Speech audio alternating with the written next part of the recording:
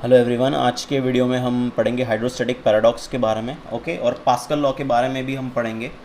तो सबसे पहले शुरू करते हैं हाइड्रोस्टैटिक पैराडॉक्स के बारे में। ओके, तो हाइड्रोस्टैटिक पैराडॉक्स समझने से पहले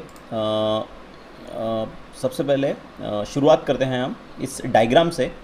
अगर आप इस डायग्राम को ध्यान से देखेंगे तो यहाँ चार अलग अलग शेप के कंटेनर है। ओके, एक सिलेंड्रिकल है, ऊपर से नीचे से कोनिकल है, ये पूरा का पूरा कोनिकल है।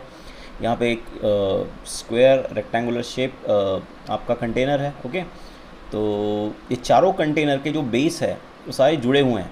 ओके, तो आप अगर इसमें से किसी भी कंटेनर में पानी डालोगे तो क्या होगा, ये पानी हर कंटेनर में डिवाइड हो जाएगा। एक कंटेनर में पानी नहीं रहेगा। जब आप एक कंटेनर में डालोगे तो सारे बेस जुड़े होने के कारण एक पानी इन कंटेनर के बीच में डिवाइड हो जाएगा। ओके, अब दिया क्या हुआ है, फर्स्ट पॉइंट देखते हैं हम। तो फर्स्ट पॉइंट में दिया हुआ है कि हमें एक consider the interconnected vessel as shown in figure A. एक फिगर ए में दिखाया गया हमारा जो एक इंटरकनेक्टेड वेसल को हमें कंसिडर करना है। मैं बता चुका हूँ ये चार वेसल्स है, ये सारे इंटरकनेक्टेड है। ओके, एक दूसरे के साथ कनेक्टेड है। When a liquid is pour in any one of the vessel, it is notice that the level of liquid in all the vessel is same. तब आप जब भी क्या करोगे, इसमें से किसी भी वेसल में आप क्या करोगे, लिक्विड डालोगे तो क्या होगा, ये जो लिक्विड है चारों कंटेनरों के बीच में तो डिस्ट्रीब्यूट होगा ही, पर कुछ इस तरीके से डिस्ट्रीब्यूट होगा कि जो भी आपके लिक्विड की लेवल रहेगी, ओके, चारों कंटेनर में सेम रहेगी। आप देख सकते हैं इस डायग्राम में। ओके, आप ए कंटेनर लीजिए, बी कंटेनर, सी कंटेनर या डी कंटेनर लीजिए, इसमें आपको लिक्विड की क्वांटिटी भले ही अलग अलग दिख रही हो, पर जो लेवल है लिक्विड की, ओके, वो सेम है चारों कंटेनर में। ओके, तो अब सेकंड पॉइंट देखते हैं। Okay, though the quantity of fluid present in all the container are different, magnitude of the pressure at the bottom of all the container are same. Okay, ये और एक चीज़ है जिसे हमें नोट करना है कि सारे लिक्विड में सारे कंटेनर में जो लिक्विड है उसकी क्वांटिटी अलग अलग है। ओके, पर जो इनके जो बेसिस हैं, ये हो गया एक, ओके, ये बेस हो गया, ये बेस हो गया, या फिर ये बेस हो गया। आप इन चारों बेसिस में से 1 2 3 4 ये जितने भी चारे कंटेनर के जो बेसिस हैं, जो बॉटम है, वहाँ पे अगर आप प्रेशर डिटरमाइन करोगे तो चारों कंटेनर के जो बेस पे जो भी प्रेशर है वो सेम आएगा। ओके, तो यही बताया गया है इस स्टेटमेंट में कि जो भी क्वांटिटी है फ्लूइड की चारों कंटेनर में भले ही डिफरेंट है, लेकिन जो मैग्नीट्यूड ऑफ प्रेशर है eight the bottom of the container, okay, वो कैसा है, सेम है। इसी को हम हाइड्रोस्टैटिक पैराडॉक्स कहते हैं। ओके, इसी को हम हाइड्रोस्टैटिक पैराडॉक्स कहते हैं।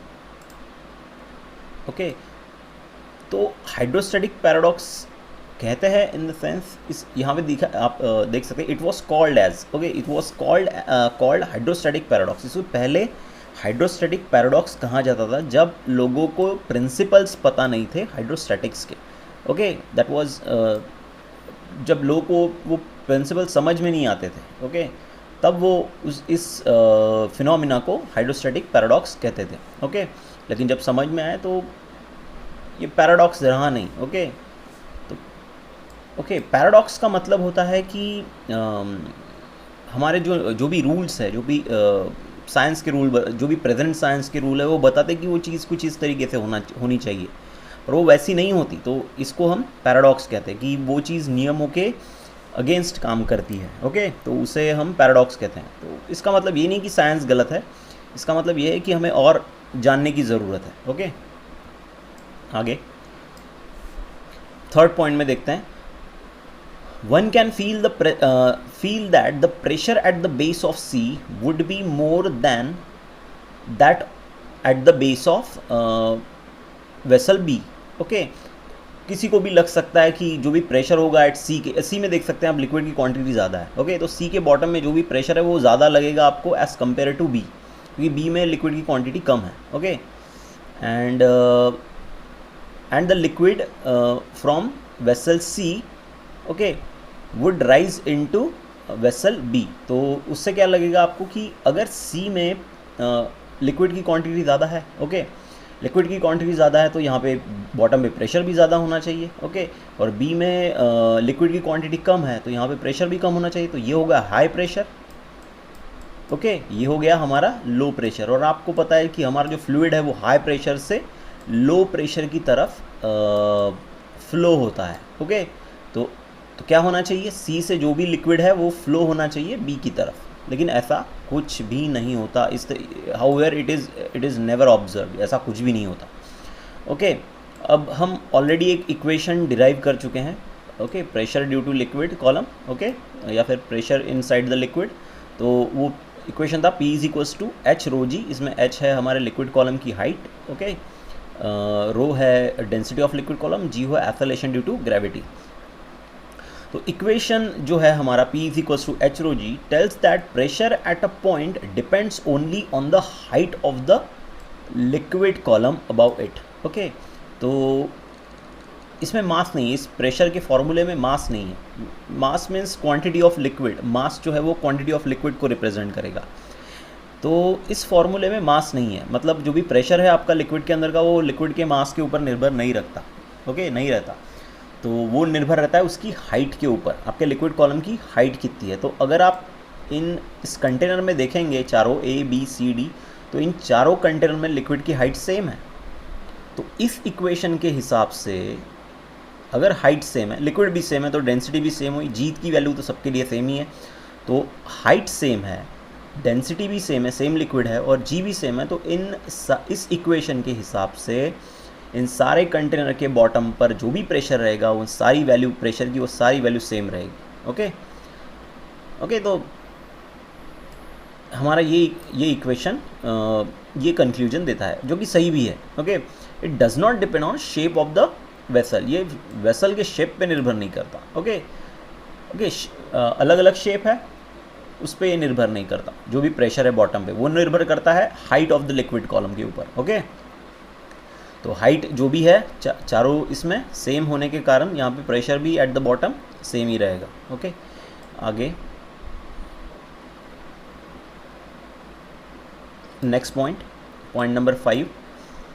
In this case height of liquid column is same for all vessel, okay. वही चीज़ें हम इस पॉइंट में देख रहे हैं जो ऑलरेडी डिस्कस कर चुके हैं कि जो भी हाइट है लिक्विड कॉलम की सारे वेसल में सेम है। Therefore the pressure of the liquid column at each vessel is same and the system is in equilibrium, okay. तो हाइट सेम होने के कारण क्या होगा कि जो भी प्रेशर है लिक्विड की हाइट सेम होने के कारण क्या होगा, जो भी प्रेशर है एट द बॉटम वो सेम रहेगा, ओके। इसके कारण क्या होगा, यहाँ पे भी प्रेशर सेम है, यहाँ पे भी प्रेशर सेम है, सेम प्रेशर है तो लिक्विड यहाँ से इधर फ्लो नहीं होगा, यहाँ का प्रेशर सेम है तो यहाँ से लिक्विड यहाँ फ्लो नहीं होगा, या फिर इधर से इधर फ्लो नहीं होगा। तो आपका जो लिक्विड है वो इक्विलिब्रियम में बना रहेगा, वो स्टेबल रहेगा, ओके।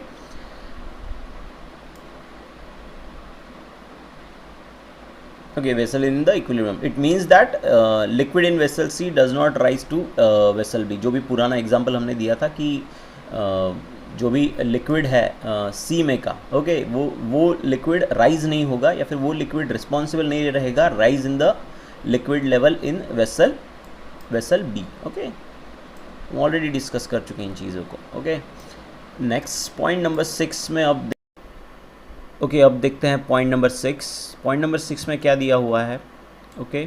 पॉइंट नंबर 6 में थोड़ा एक्सप्लेनेशन दिया हुआ है कि क्यों जो भी आपका जो भी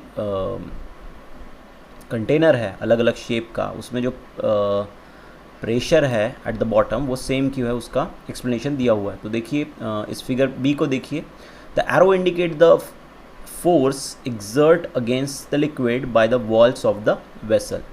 These forces are perpendicular to the walls of the vessel at each point, okay।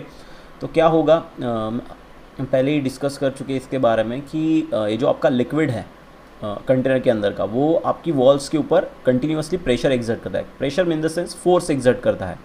तो according to Newton third law, आपका जो वेसल है वो भी आपके लिक्विड के ऊपर फोर्स एक्सर्ट करेगा, ओके। तो कुछ इस तरीके से अगर समझ लीजिए कि ये आपका वेसल है, ओके, इसे से हटा देते हैं।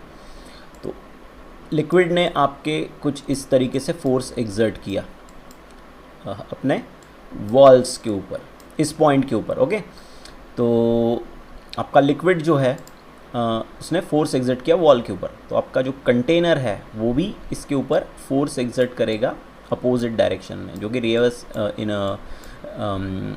नॉर्मल रिएक्शन का फोर्स होगा। Okay, reaction force. तो ये रिएक्शन फोर्स है सारे, जो भी फोर्सेस यहाँ दिखाए गए हैं हर पॉइंट के ऊपर। ओके, ये सारे रिएक्शन फोर्स। आप देख सकते हैं कि ये फोर्सेस परपेंडिकुलर है आपके कंटेनर के वॉल के ऊपर। ओके, तो अब यहाँ देख सकते हैं कि कंटेनर को हमने 3 हिस्सों में डिवाइड किया है, ए, बी और ए। एक्चुअली यहाँ सी भी लिख सकते हैं, लेकिन ये जो ए है इधर का, इसमें जो भी लिक्विड का बिहेवियर है वो सेम है इस हिस्से में। जो भी ये जो थर्ड हिस्सा है हमारा, उसमें जो भी लिक्विड का बिहेवियर है वो सेम है पहले हिस्से के जैसा, इसीलिए यहाँ पे ए और यहाँ पे ए बोला है, और बीच के हिस्से को बोला गया है बी। ओके, अब ये जो हमारा जो भी रेक्टेंगल, ये जो नॉर्मल रिएक्शन का फोर्स एक्ट हो रहा है हर पॉइंट के ऊपर। ओके, जो कि नॉर्मल रिएक्शन का फोर्स एक्ट हो रहा है हमारे लिक्विड के ऊपर हर पॉइंट के ऊपर। ओके, ये इंक्लाइन है। ओके, ये ना हॉरिजॉन्टल प्लेन में है, ना ही हॉरिजॉन्टल प्लेन में है, ना ही वर्टिकल प्लेन में ये फोर्स, तो ये बैलेंस नहीं है।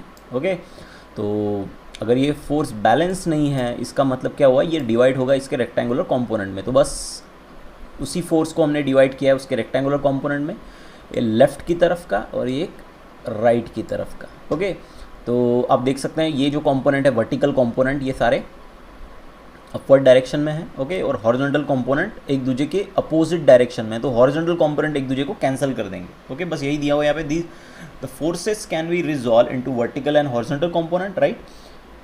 हॉरिजॉन्टल कंपोनेंट एक दूसरे को कैंसिल कर देंगे, अब बचे कौन, वर्टिकल कंपोनेंट। तो ये जो वर्टिकल कंपोनेंट जो है, ओके, तो ये जो वर्टिकल कंपोनेंट जो है ये सारे आपके लिक्विड के ऊपर फोर्स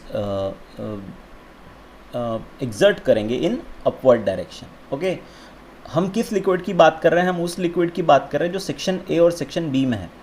ओके, तो the vertical component act in the upward direction, तो ये जो वर्टिकल कंपोनेंट है सारे अपवर्ड डायरेक्शन में एक्ट होंगे सेक्शन ए में, ये जो ए सेक्शन है दोनों। ओके, अब बचा बी सेक्शन। बी सेक्शन के ऊपर तो कोई फोर्स एक्ट नहीं हो रहा। ओके, तो बी सेक्शन का के ऊपर अगर कोई भी फोर्स अपवर्ड डायरेक्शन में एक्ट नहीं हो रहा, तो इसके ऊपर आपका बी सेक्शन है, उसमें क्या भरा हुआ है, लिक्विड भरा हुआ है। लिक्विड का कुछ ना कुछ मास होगा।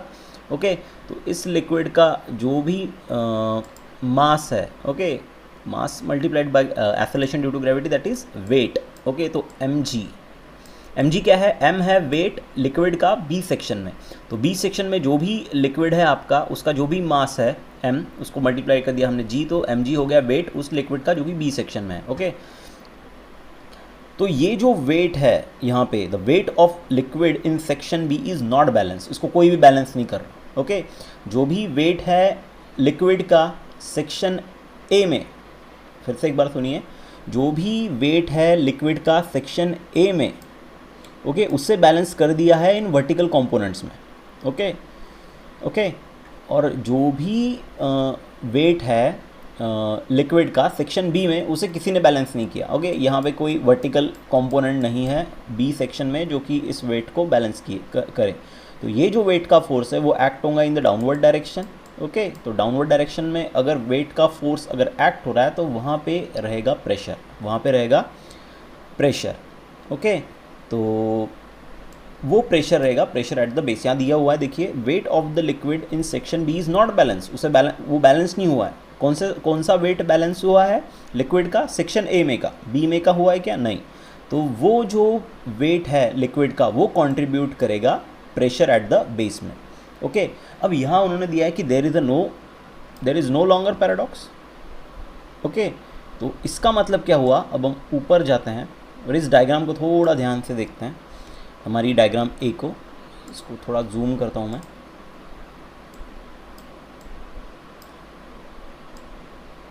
ओके, तो सेक्शन बी, ये रहा सेक्शन बी। ओके दिख गया आपको, ये हो गया सेक्शन बी। ओके मैं थोड़ा दूसरा कलर ऑरेंज कलर इस्तेमाल करते हैं। तो ये हो गया हमारा सेक्शन बी। ओके इसका वेट है, ये देखिए इसे बराबर देखिए, ये हो गया सेक्शन बी। यहाँ ये हो गया सेक्शन बी। ओके यहाँ ये हो गया हमारा सेक्शन बी। ओके और यहाँ पे भी सेक्शन बी ये है। ओके ये है हमारा सेक्शन बी, बीच वाला हिस्सा। तो ये सारे सेक्शंस जो हैं यहाँ पे, ओके ये सारे वेसल्स में देखिए सेक्शन बी जो बना है, मैं वेसल बी की बात नहीं कर रहा हूँ, तो हमने उसको डिवाइड किया था सेक्शन ए और बी में। तो यहाँ ये वाला हो गया सेक्शन बी, यहाँ ये हो गया सेक्शन बी। ओके यहाँ ये हो गया सेक्शन बी हमारा, और यहाँ पे ये हो गया सेक्शन बी। तो सारे के सारे सेक्शन बीज जो हैं यहाँ पे, उन सब का जो मास है वो सेम है, मतलब वेट सेम है।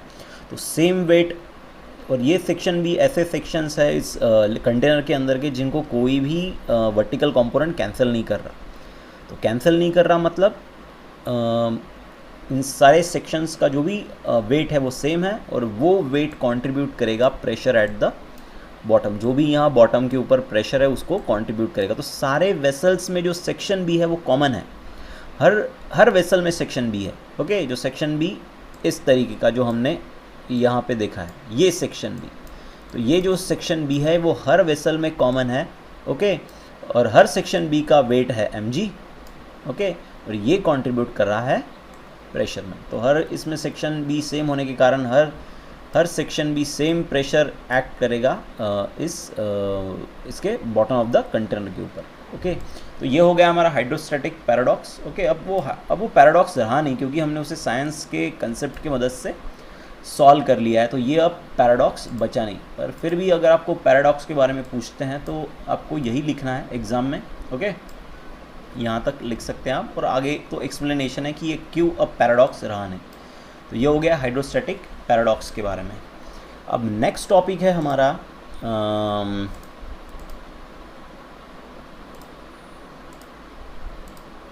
Pascal law. नेक्स्ट टॉपिक है हमारा पास्कल लॉ।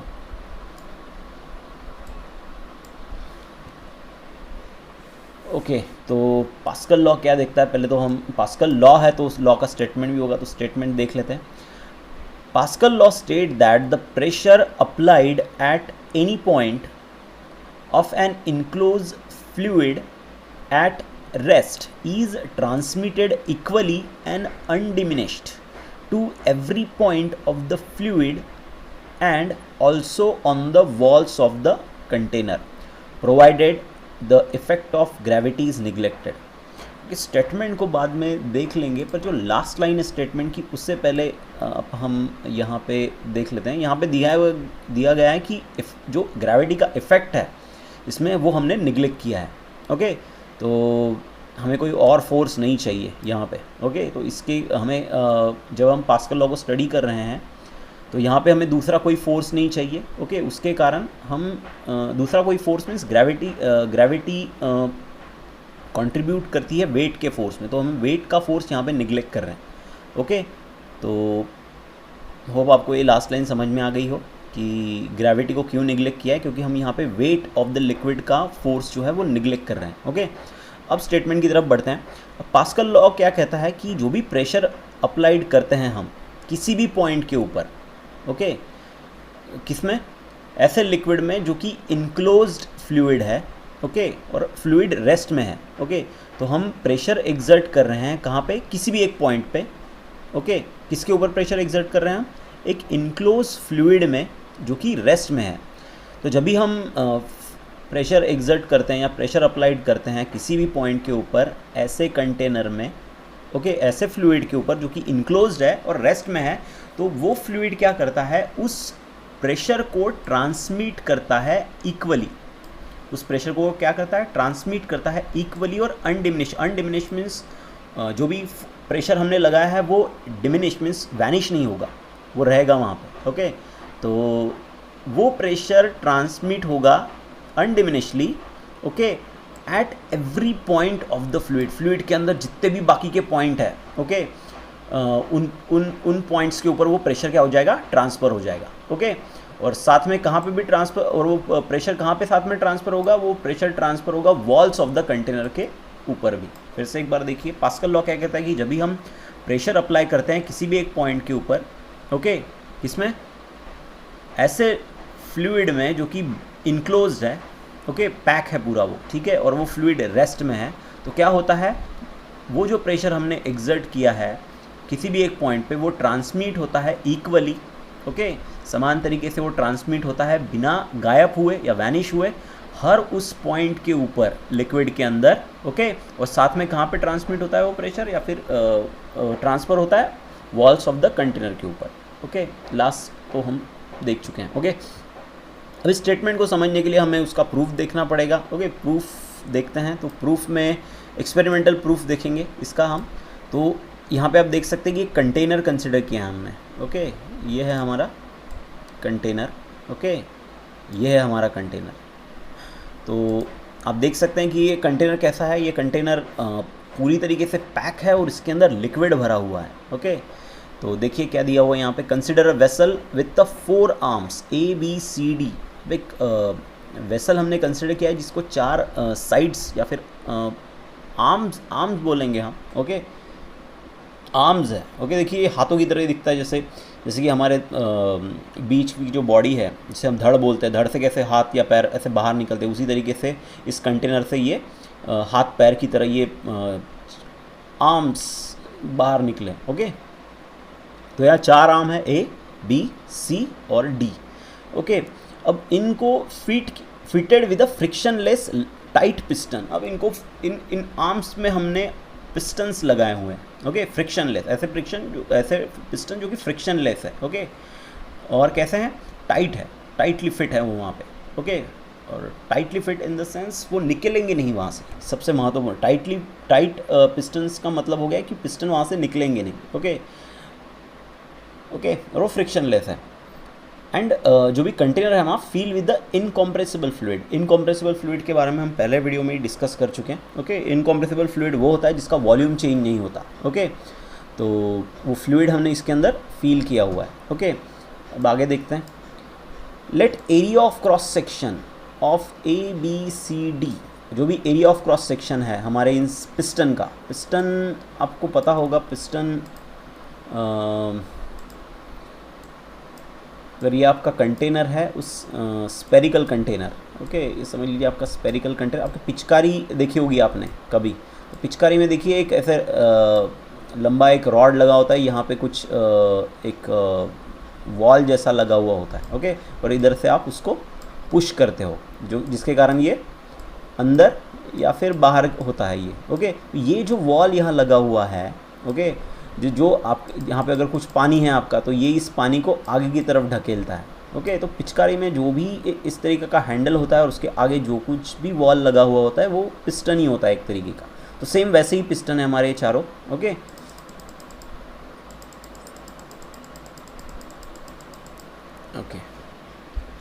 तो इन पिस्टन जो है वो क्रॉस सेक्शनल एरिया है इनका, हर पिस्टन का, तो हर एक पिस्टन का एरिया दिया हुआ है। तो हमारे पहले पिस्टन A का जो क्रॉस सेक्शनल एरिया है वो है A, दूसरे का है 2A, ओके, मतलब इसका क्रॉस सेक्शनल एरिया बड़ा है, डबल है हमारे पिस्टन A से। उसके बाद है नेक्स्ट 3A। C जो है, C जो आर्म है वहाँ पे जो पिस्टन लगा हुआ है उसका एरिया है 3A, cross sectional area 3A, मतलब मीन्स वो 3 गुना है, ओके, A से। उसके बाद है नेक्स्ट D का जो एरिया है वो है A/2, D का जो एरिया है वो है A/2। D का एरिया मीन्स D पे जो पिस्टन लगा है उसका जो एरिया है, एरिया ऑफ क्रॉस सेक्शन है वो है A/2, तो आधा है A से। अब आगे देखते हैं, if the force F is applied on piston A, the pressure exert on the liquid is P is equals to F/A। तो यहाँ क्या बोला है कि अगर आपने इस पिस्टन A के ऊपर F इतना फोर्स अगर एग्जर्ट किया, ओके, तो इस जो भी आपका लिक्विड है उसके ऊपर आप कितना प्रेशर एग्जर्ट करोगे, आपके पिस्टन का प्रेशर का फॉर्मूला आपको पता है, इधर is nothing but force upon area. तो फोर्स और एरिया ऑफ द पिस्टन है A, तो यहाँ पे P is equals to F/A, इतना प्रेशर आपने एग्जर्ट किया आपके लिक्विड के ऊपर। अब अकॉर्डिंग टू पास्कल लॉ ये जो प्रेशर है जो आपने ए के ऊपर अप्लाई किया है, ये प्रेशर डिस्ट्रीब्यूट होगा हर पॉइंट के ऊपर इक्वली और अनडिमिनिशली। ओके, तो देखते हैं क्या होता है आगे। If the force is applied on a piston A, okay, that's it, that the statement is over. Okay, it is observed that other three piston B, C, D move outward. Okay, तो जैसे ही आपने इसके ऊपर pressure exert किया, okay, मैं colour change कर लेते हैं यहाँ पे, ऐसा कलर लेते हैं जो दिखे। Okay, will take a red. Okay, जैसे ही आपने यहाँ लिक्विड के ऊपर प्रेशर एग्जर्ट किया, ये अंदर की तरफ जाएगा, तो आपके जो बाकी के जो पिस्टन है, ये तो अंदर की तरफ जा रहा है, यहाँ आपने फोर्स लगाया, यहाँ पे आपने प्रेशर लगाया, तो आपके जो बाकी के जो पिस्टन है वो आउटवर्ड मूव करेंगे। आपको दिखेगा वो कि ये जो सारे पिस्टन हैं B, C, D, in arms पे लगे हुए जो पिस्टन हैं वो सारे बाहर की तरफ मूव करेंगे जब आप ए के ऊपर प्रेशर एग्जर्ट करोगे।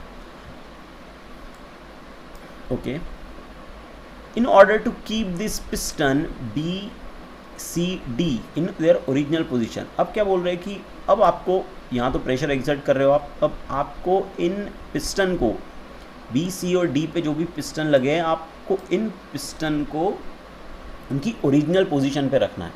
अब ओरिजिनल पोजीशन पे रखना है तो जितना प्रेशर इधर से आ रहा है, ओके, ये प्रेशर जो भी यहाँ पे प्रेशर आ रहा है, उस प्रेशर को आपको अपोजिंग साइड से प्रेशर देना पड़ेगा।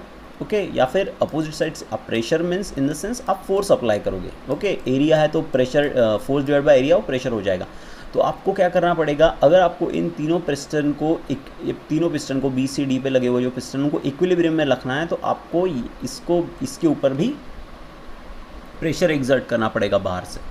ओके, तो देखते हैं कितना फोर्स एग्जर्ट करते हैं हम। Okay, okay, in order to keep this three piston B, C, D in their original position, force 2F, okay, 2F, 3F और F/2 ये फोर्सेस आप लगाओगे आपके पिस्टन के ऊपर। ओके, देखिए क्या बोला है कि F के ऊपर प्रेशर देने के बाद आपके तीनों पिस्टन मूव होंगे B, C, D पर लगे हुए। ओके, उनको ओरिजिनल पोजीशन में रखने के लिए आपको उनके ऊपर फोर्स लगाना पड़ेगा।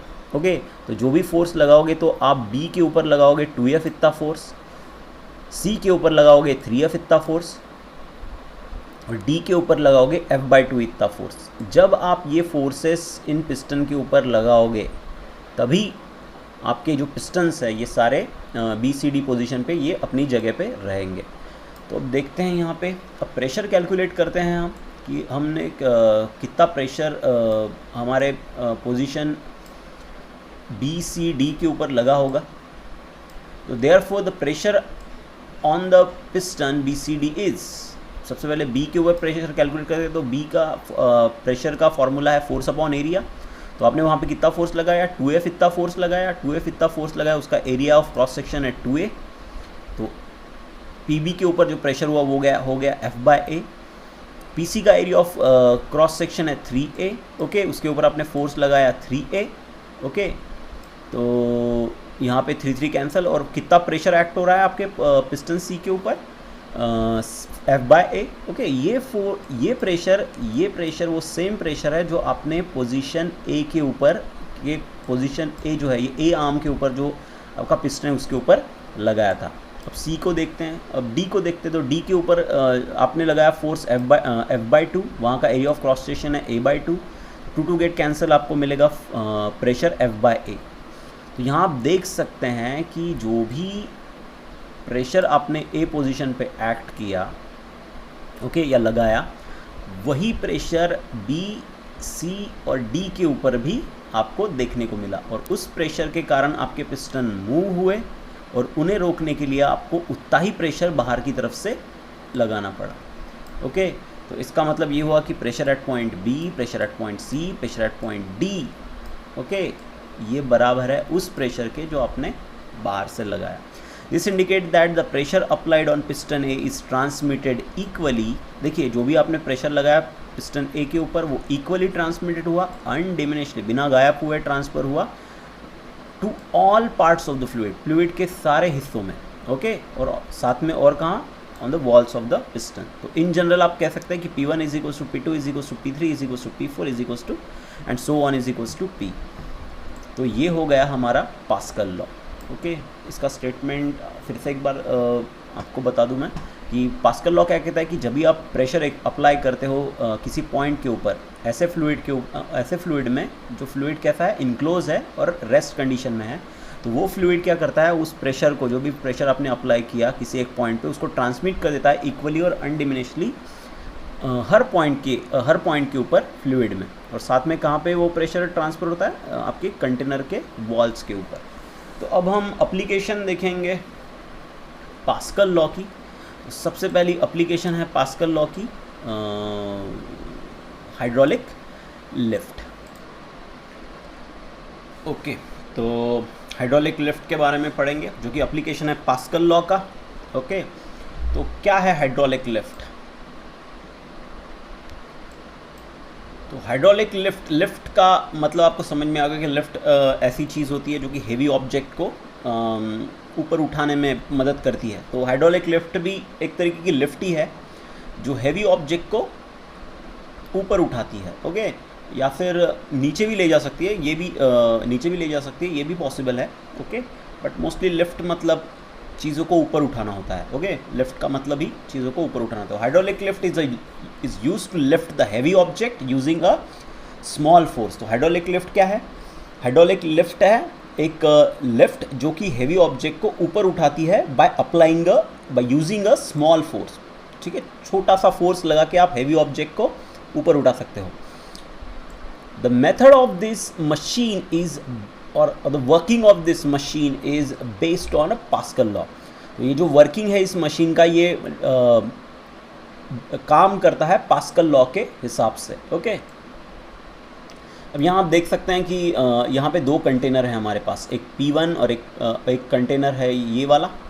एक लेफ्ट हैंड साइड का कंटेनर बोल दीजिए और इसको बोल दिया राइट हैंड साइड का कंटेनर। लेफ्ट हैंड साइड का कंटेनर छोटा है, राइट हैंड साइड का कंटेनर थोड़ा बड़ा है, और दोनों को भी अटैच किया है हमने एक पाइप के थ्रू। ओके, और दोनों तरफ लगे हुए हैं पिस्टन। ओके, एक पिस्टन एक हो गया पिस्टन S1, दूसरा हो गया पिस्टन S2। ओके, और पिस्टन S1 का जो एरिया ऑफ क्रॉस सेक्शन है वो है A1। ओके, और पिस्टन S2 का एरिया ऑफ क्रॉस सेक्शन है A2। ओके, A1 और A2। और इसके ऊपर हम फोर्स लगा रहे हैं, फोर्स F1। देखिए, आप फोर्स की डायरेक्शन देखिए यहाँ पर। फोर्स की डायरेक्शन मीन्स ये बाहर से फोर्स लग रहा है हमारे लिक्विड के ऊपर। ओके, और यहाँ पे एक फोर्स है F2। ओके, और F2 फोर्स वो फोर्स है जिससे हमारा जो पिस्टन S2 है वो ऊपर की तरफ उठ रहा है। ओके, और प्रेशर P1 है, प्रेशर जो हमने बाहर से अप्लाइड किया। प्रेशर P2 वो है जो कि वो प्रेशर P2 वो प्रेशर है जिसके कारण हमारा जो ये जो पिस्टन है S2 ये ऊपर उठेगा। अब देखते हैं इसको डिटेल में। As shown in a figure, a tank contain a fluid is filled with a two piston S1 and S2। Okay, अब यहाँ पे जो हमारी जो टैंक है, ओके, दो टैंक्स है जो कि इंटरकनेक्टेड है, तो एक टैंक बोल सकते हैं। ओके, तो ये सारी यहाँ पे दो पिस्टन लगे हुए हैं S1 और S2। और S1 is having a smaller area of cross section A1 and S2 having a much larger area of cross section that is A2। देखिए यहाँ पे क्या दिया हुआ कि S1 का जो क्रॉस सेक्शन एरिया है वो है A1 जो कि छोटा है, और S2 का जो पिस्टन है उसका जो क्रॉस सेक्शन एरिया है वो है A2 जो कि बड़ा है, मच मोर, मतलब काफ़ी बड़ा है A1 से एज़ कम्पेयर टू A1। यहाँ पे दिया हुआ है कि A2 is very very greater than A1। Okay, if we apply force F1 on the smaller piston S1 in downward direction, it will generate pressure। Simple सी बात है कि जब आप फोर्स लगाओगे F1 हमारे अपने पिस्टन S1 के ऊपर, तो यहाँ पे क्या जनरेट होगा? प्रेशर जनरेट होगा। उस प्रेशर का फॉर्मूला रहेगा ये P1 is equals to what? F1 upon A1। A1 is nothing but the area of cross section of piston S1। Okay, अब पास्कल लॉ के हिसाब से ये प्रेशर ट्रांसमिट होना चाहिए। ओके, ये प्रेशर ट्रांसमिट होना चाहिए लिक्विड में। ओके, हर जगह। तो यहाँ दिया गया है this pressure will be transmitted undiminishedly to bigger piston S2। ये जो पिस्टन है, ये जो प्रेशर है हमारा P1 जो प्रेशर है, ये ट्रांसमिट होगा अनडिमिनिश्ड, मीन बिना गायब हुए या फिर ख़त्म हुए या वैनिश हुए, ये ट्रांसफ़र होगा हमारे पिस्टन S2 पर। ओके, तो ये जो भी प्रेशर ट्रांसफ़र होगा S2 के ऊपर, जिससे हमारा पिस्टन ऊपर उठेगा, S1 पिस्टन ऊपर उठेगा, सॉरी S2 जो पिस्टन है वो ऊपर उठेगा, उस प्रेशर का फॉर्मूला रहेगा P2 इज इक्वल्स टू, समझ लीजिए F2 फोर्स एक्ट हुआ, ओके, हमारे पिस्टन S2 के ऊपर, और उसका एरिया ऑफ क्रॉस सेक्शन है A2। तो जो भी प्रेशर एक्ट हो रहा है यहाँ पे पिस्टन S2 के ऊपर, वो है P2 is equals to F2 upon A2। Okay, तो Pascal, according to Pascal law क्या है, P1 is equals to P2। Pascal law के हिसाब से जो भी ये प्रेशर्स रहेंगे ये सारे रहेंगे सेम।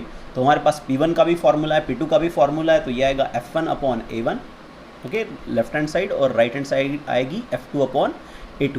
तो इससे हम, अब देखिए इन यहाँ पे 4 टर्म्स है, F1 अपॉन A1 या F2 एंड अपॉन A2। तो A1 A2 हमको पता है, ओके, वो पिस्टन का एरिया ऑफ क्रॉस सेक्शन हमको पता रहेगा। F1 हम एक्सर्ट कर रहे हैं तो हमको पता होगा, ओके, और F2 हम F2 के बारे में नहीं जानते, तो F2 के बारे में हम नहीं जानते। F2 क्या है, F2 वो फोर्स है जिस फोर्स से हमारा पिस्टन S2 ऊपर की तरफ जाएगा, ओके। तो इस की मदद से हम F2 का फॉर्मूला बनाएंगे। तो यहाँ पे द फोर्स अपलिफ्ट फोर्स कहेंगे हम इसे, जो कि हमारे पिस्टन S2 को क्या करेगा, ऊपर की तरफ उठाएगा। तो वो जो फोर्स एक्सर्ट हो रहा है पिस्टन S2 के ऊपर, उसका फॉर्मूला आएगा ये। सिंपली हमको A2 को इस तरफ ले जाना है, तो हमारा फॉर्मूला बनेगा F2 is equals to F1 A2 by A1, okay. Okay, thus F2 is much larger than F1। अब यहाँ पे देखिए कि F2 जो है वो ज़्यादा रहेगा F1 से। अब कैसे, देखिए इस फॉर्मूले को ध्यान से देखिए। F2 हमारा है लेफ्ट हैंड साइड की तरफ, इधर है हमारा F1 और इधर है A2 बाय A1। तो A2 बाय A1, ये जो वैल्यू है हमारी A2 बाय A1, हमको पता है A2 is very much greater than A1। तो A2 बाय A1 की जो वैल्यू रहेगी वो काफ़ी बड़ी रहेगी 1 से, वो काफ़ी बड़ी रहेगी 1 से। तो A2 बाय A1 की वैल्यू क्या है, 1 से बड़ी है, और उसको हम मल्टीप्लाई करेंगे F1 से, ओके। तो ये वैल्यू 1 से बड़ी है, और 1 किससे बड़ी वैल्यू को हम मल्टीप्लाई करेंगे F2 से। तो साधारण सी बात है, हमारा जो F2 जो है उसका मैग्नीट्यूड बहुत ज़्यादा रहेगा F1 से। तो इस फॉर्मूले के ऊपर से हम इस स्टेटमेंट को प्रूव कर सकते हैं कि हमारा F2 क्या है, ज़्यादा है as compare to F1। A heavy load can be placed on S2 and can be lifted up or moved down by applying the small force on S1. This is the principle of hydraulic lift.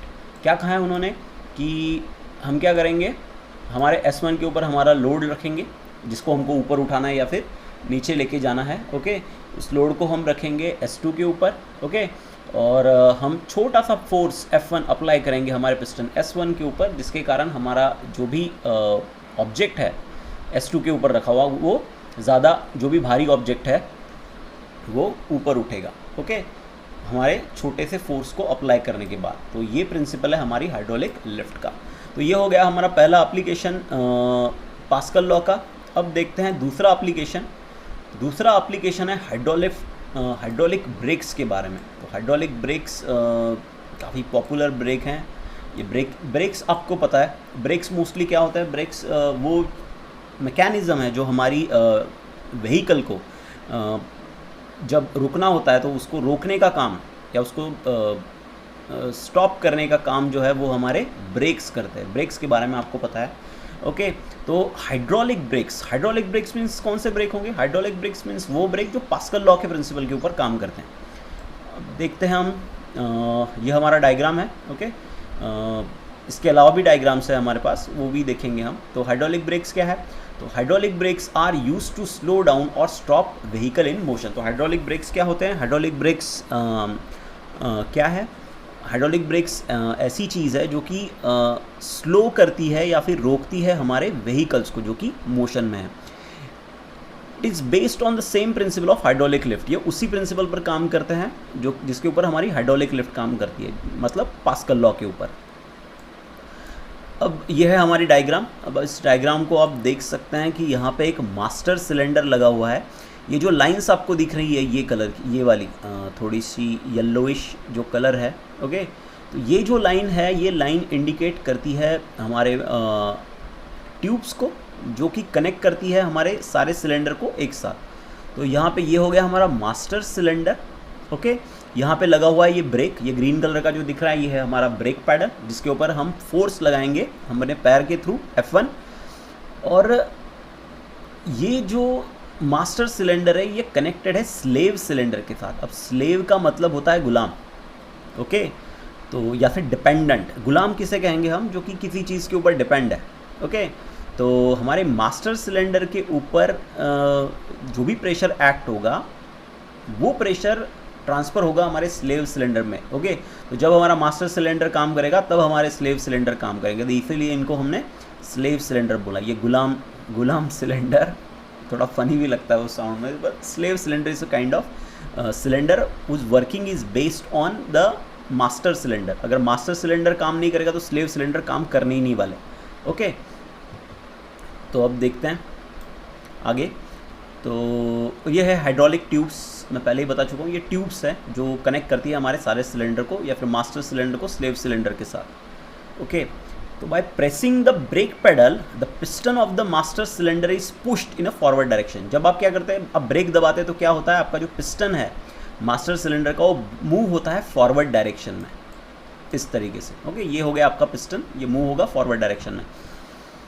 अब as a result the piston in the save cylinder which has a much larger area of cross section as compared to that of master cylinder। फिर से यहाँ पर वही चीज़ है जो कि हमारे हाइड्रोलिक लिफ्ट में थी कि मास्टर सिलेंडर का जो भी पिस्टन लगा है उसका क्रॉस सेक्शन एरिया ये कम है, बहुत कम है as compare to the cross section of the piston fitted in the slave cylinder. जो भी स्लेव सिलेंडर में जो भी पिस्टन्स लगे हुए उसका जो भी क्रॉस सेक्शनल एरिया है उससे हमारे मास्टर सिलेंडर के अंदर लगा हुए पिस्टन का क्रॉस सेक्शनल एरिया कम है। तो उसे अंडरलाइन किया है मैंने, okay. Also move in the forward direction so as to maintain the volume of the oil constant, okay. देखिए ये जो आपके जो भी ये स्लेव सिलेंडर्स है, ओके। जैसे ही आपने मास्टर सिलेंडर का जो भी पिस्टन है वो अंदर की तरफ गया तो स्लेव सिलेंडर के जो भी पिस्टन है वो बाहर की तरफ मूव करेंगे, ओके। किस लिए मूव होंगे ये? क्योंकि वो मेंटेन करेंगे हम volume of the oil, okay. तो जो हमारा हाइड्रोलिक ब्रेकिंग सिस्टम होता है उसमें ऑयल भरा हुआ होता है, ओके। तो और ऑयल क्या है यहाँ पे? ऑयल है हमारा इनकम्प्रेसिबल फ्लूइड। ऑयल है हमारा यहाँ पे इनकम्प्रेसिबल फ्लूइड। तो उसका शेप तो चेंज नहीं होने वाला।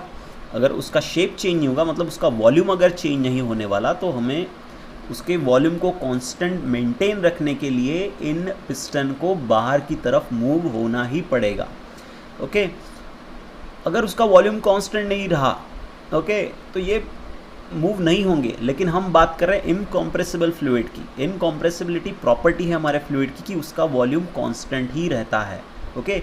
और मोस्टली ये जो लिक्विड होते हैं ये हाई डेंस लिक्विड होते हैं, ओके। तो इसमें हम ऑयल का इस्तेमाल करते हैं, ओके। अब आगे देखते हैं next point.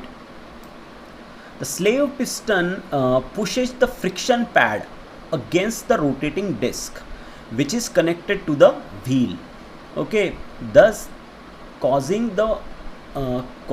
a moving vehicle to slows down or stop। अब हमारा जो ये जो स्लेव पिस्टन है ये अटैच होते हैं, ओके, ये पुश करते हैं फ्रिक्शन पैड को, okay, against the rotating disc, okay. हमारे इस डायग्राम में उस चीज़ के बारे में दिया हुआ नहीं है, तो इसके लिए हम देखेंगे दूसरी डायग्राम, ओके। तो ऑलरेडी यहाँ पर। ओके, तो ये हो गया हमारा स्लेव सिलेंडर। ओके,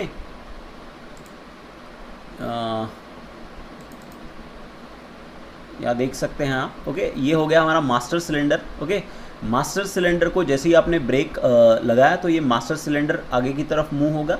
ओके, ये है हमारे स्लेव सिलेंडर। ओके, यहाँ पे हमारे स्लेव सिलेंडर लगे हैं, तो ये ऑयल को पुश करेगा। ऑयल पुश करेगा तो स्लेव सिलेंडर का पिस्टन आगे की तरफ मूव होगा। ओके, जो कि कनेक्ट रहता है हमारे एक जो कि कनेक्ट रहता है हमारे जो कि कनेक्ट रहता है हमारे फ्रिक्शन पैड के साथ। ओके, तो एक मिनट, डायग्राम थोड़ी एडवांस ब्रेक की है, हम थोड़े नॉर्मल। ओके, ये डायग्राम अच्छी है। ओके, तो देखिए यहाँ पे हमने ब्रेक लगाया, पिस्टन मूव हुआ। ओके, यहाँ पे आप देख सकते हैं कि ये हमारा जो मास्टर सिलेंडर है उसका क्रॉस सेक्शन जो है वो कम है यहाँ पे, और यहाँ पे ज़्यादा है। यहाँ पे ये स्लेव सिलेंडर। ओके, तो जब भी आपने स्लेव सिलेंडर के ऊपर प्रेशर लगाया तो ये जो फ्रिक्शन पैड है ये कांटेक्ट में आया इस व्हील के साथ, जो कि हमारे टायर्स के साथ, जो कि बड़े व्हील हैं हमारे, उनके साथ जुड़ा हुआ है। जैसे ही आपने ब्रेक लगाया ये फ्रिक्शन पैड इससे अटैच हुआ, जिसके कारण हमारे ये जो व्हील है ये व्हील रुका। तो ये व्हील अटैच है हमारे टायर्स के साथ। ओके, तो जैसे ही ये व्हील रुका या फिर इसकी स्पीड कम हुई तो हमारा ये जो टायर है वो टायर है मीन्स जो व्हीकल है हमारा वो क्या हो जाएगा, स्लो हो जाएगा या रुक जाएगा। ओके, फिर से एक बार हमने ब्रेक दबाया, मास्टर सिलेंडर का पिस्टन अंदर की तरफ मूव हुआ, जिसके कारण हमारे स्लेव सिलेंडर का पिस्टन बाहर की तरफ मूव हुआ, जिसने फ्रिक्शन पैड को प्रेस होने के लिए मजबूर किया उस व्हील के साथ जो कि अटैच है हमारे टायर के साथ। तो जैसे ही ये व्हील एक तो स्लो हुआ या रुका तो उसी के हिसाब से हमारा टायर भी क्या होगा, स्लो होगा या रुकेगा। मतलब हमारा जो व्हीकल है वो क्या होगा, रुकेगा उसके हिसाब से।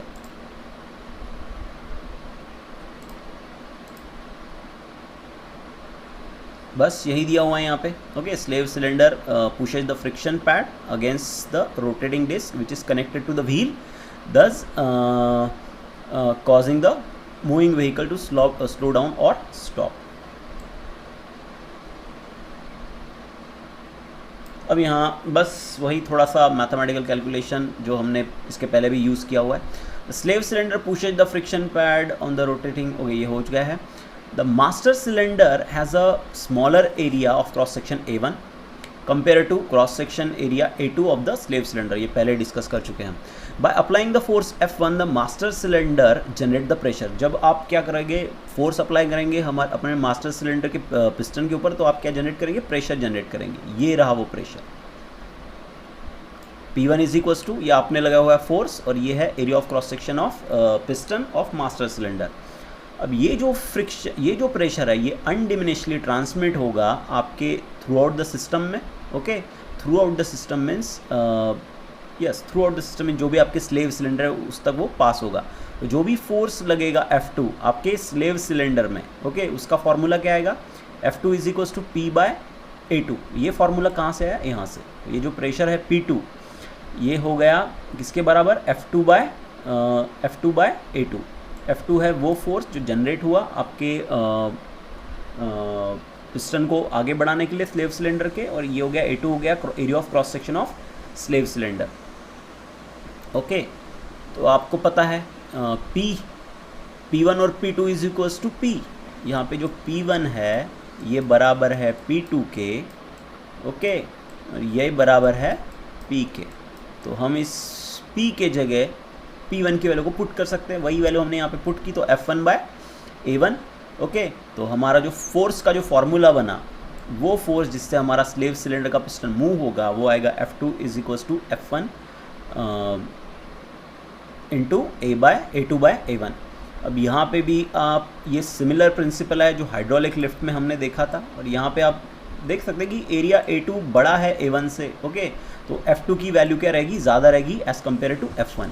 With the small force applied on the brake pedal get converted into large force and slows down और stop the moving vehicle. तो बस जो भी आप छोटा सा फोर्स आपने लगाया F1, ओके, जिसके कारण क्या हुआ, ज़्यादा फोर्स जनरेट हुआ, जिसने क्या किया, आपके ब्रेक जो ज़्यादा फोर्स जनरेट हुआ उसने स्लो किया आपके मूविंग व्हीकल को. तो ये दोनों है एप्लीकेशन हमारे पास्कल लॉ के. ओके, तो बस यही तक है हमारा पास्कल लॉ.